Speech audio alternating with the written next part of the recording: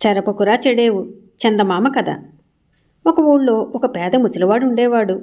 వాడికి పాపయ్య, కన్నయ్య అని 2 కొడుకులు. వారికి ఉన్న ఆస్తి కొద్దిపాటి ఇళ్ల స్థలము, కొన్ని కోళ్ళు, ఒక కుక్క మాత్రమే.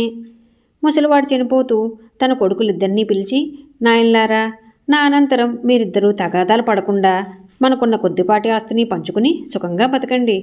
ఒకరినొకరు మోసం చేసుకోవద్దు అని హితబోధ చేశాడు. అన్నదమ్ములిద్దరూ అలాగే చేస్తామన్నారు. తండ్రి చనిపోయిన తర్వాత వాళ్ళు తమ ఇళ్ల స్థలాన్ని చెరిసగం పంచుకుని చెరుకు గుడిసె వేసుకున్నారు. పేదవాడైన పాపయ్యకు కోళ్లన్నింటినీ తానే కాజేయాలన్న దుర్మార్గపు ఆలోచన కలిగింది. కుక్కను మేపటం శుద్ధదండుగా. కోళ్లైతే అవి పెట్టే గుడ్లు అమ్ముకుని త్వరలోనే బోలెడంత డబ్బు పోగు చేయవచ్చునని అతను ఆలోచించాడు.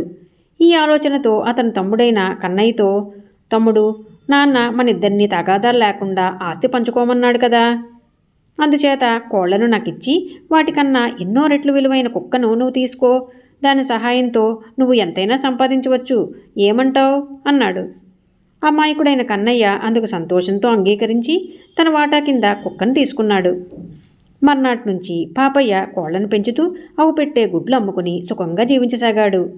కన్నయ్యకు మాత్రం తాను ఎలా బతకాలన్న సమస్య త్వరలోనే ఎదురైంది. అతను తినటమే కాక కుక్కకు కూడా తిండి పెట్టాలి. అందుచేత అతను కుక్కను తీసుకుని అడవికి వేటకు వెళ్ళాడు. కుక్క సహాయంతో అతను ఒక లేడిని కొట్టి దాన్ని తీసుకుపోయి పట్నంలో మంచి ధరకు అమ్మేసి తనకు కావలసిన సరుకులన్నీ తెచ్చుకున్నాడు.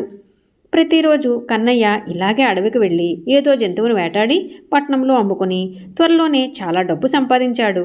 ఇది చూసి పాపయ్యకు కన్నయ్య మీద, అతని కుక్క మీద అమితమైన అసూయ, పట్టరాని ద్వేషం కలిగి ఆ కుక్కను చంపేయాలని అతను నిశ్చయించుకున్నాడు. సాయంత్రం వేళ కన్నయ్య ఎటో వెళ్ళిన సమయం చూసి పాపయ్య గబగబా అన్నంలో విషం కలిపి కుక్కకు పెట్టి చొప్పున తన ఇంట్లో దూరి తన పనులు ఏవో చూసుకోసాగాడు.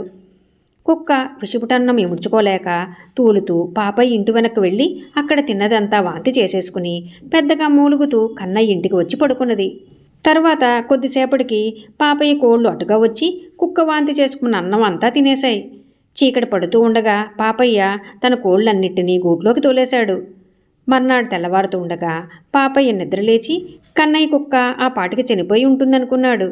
కానీ అప్పుడే తన కుక్కను వెంటబెట్టుకుని వేటకు బయలుదేరుతూ కన్నయ్య అతనికి కనిపించాడు.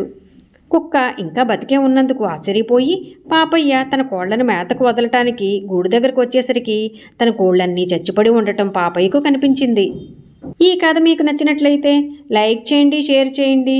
మరిన్ని మంచి కథల కోసం మా సంపత్ ఛానల్ని సబ్స్క్రైబ్ చేసుకోండి.